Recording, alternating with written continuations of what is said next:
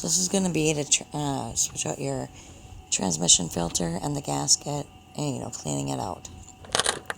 Jack up the car, make sure you got a transmission or some sort of fluid catcher. And I've already started. So don't go taking out all the bolts. I started with, you can see what I'm pointing at, basically the bottom half, or the ones closer to the passenger side. And you're only doing that because you want to slowly let the fluid start to kind of, seep out basically, without getting too much weight actually on the physical pan, because you don't want your pan actually bending. So basically, you just go, slow and easy, and just let it kind of slow down.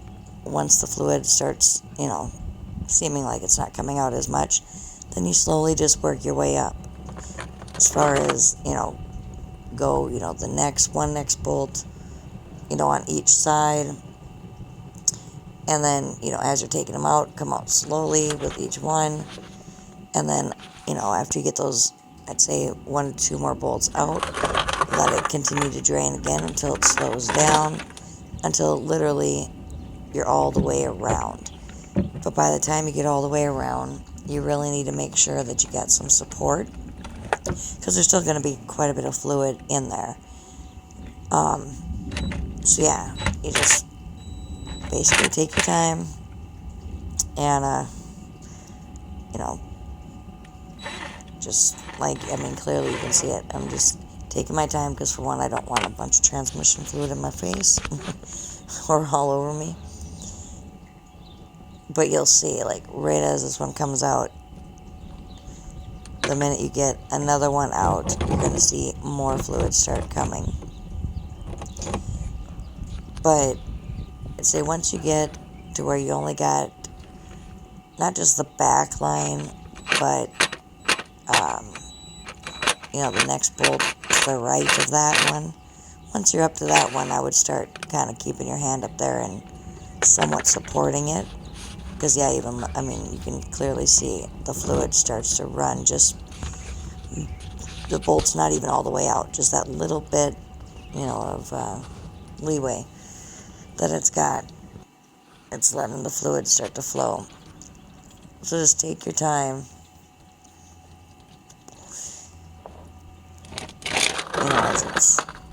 As it's going. And I want to say that they were all size 10. I could be wrong. They might have been an 8, but I'm pretty sure a 10. So now you see where I'm at the point. Like I said, just that back row, basically, what's left. And you can see how it's kind of hanging. That's why you want to take, the time, but you're not seeing much dripping. So I obviously took that last roll out, lay it on a flat surface, and here's the nice messy part again. You're going to want to go up to the filter. You might have a bolt there. I don't believe I had a bolt in mine. So it's going to be the same size. But you don't want to just grab the filter and rip it out. You want to literally kind of wiggle it side to side. Because who knows how long it's been in there. So you want to kind of wiggle it, side to side until it seems like you have a little bit less resistance. But then you want to be able to, when you actually finally seem like you got somewhat sort of a clear way, you're going to want to use both hands to actually apply even pressure, and yet still with twisting, in order to actually pull her pretty much straight down. But yeah, you can see how I'm wiggling it, because there is literally a rubber kind of seal that is actually making this actually hold in there. So that's, you're not wanting it to get lost, or get stuck up inside there. So that's why you just got to kind of take your time and kind of wiggle it. Let some of the excess fluid, catch in your bucket. Keep rearranging, because that fluid just likes to switch positions where it's going to come out. But you'll see I end up grabbing a hold of both ends and eventually getting to pull it actually out. And I just try to pull it like pretty much straight down so I don't get fluid everywhere until I can literally get it over the bucket. And then once it's over the bucket, then turn it upside down so you can drain all the fluid that's inside that nasty ass filter and get it into your container, which you can see I'm doing right now.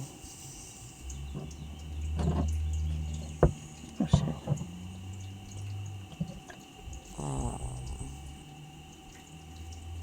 Let's see.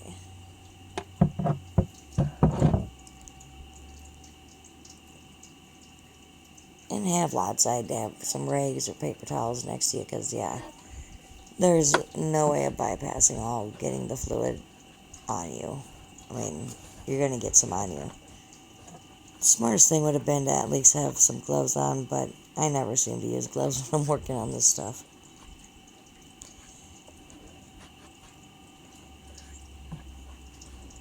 And you can see all the corrosion technically around, the rim of, where the transmission filter pan's going to meet back up. You're going to want to scrape that off, gently, but until you get it actually to a nice clean surface. But if you can look right on that filter there, you'll see that there is a rubber clip or seal, and you can see that's the hole that it would, technically what it snaps into. What you need to be able to make sure that you don't have, obviously, the seal that's on your filter, stuck in there, any parts of it, or any previous seal that anyone else possibly left up in there. So that's why you see me literally, feel inside of there. So now, that is the greatest stuff right there, that awesome orange. You can get it literally at the dollar store. Best cleaning stuff ever, especially for cars. So, all I'm going to do is take that, I'm going to pour it into my bucket that has all my bolts. So as I'm cleaning the pan, those bolts can be sitting there soaking in that stuff. And you don't need much, you just need it to technically cover the bolts, let it do its work.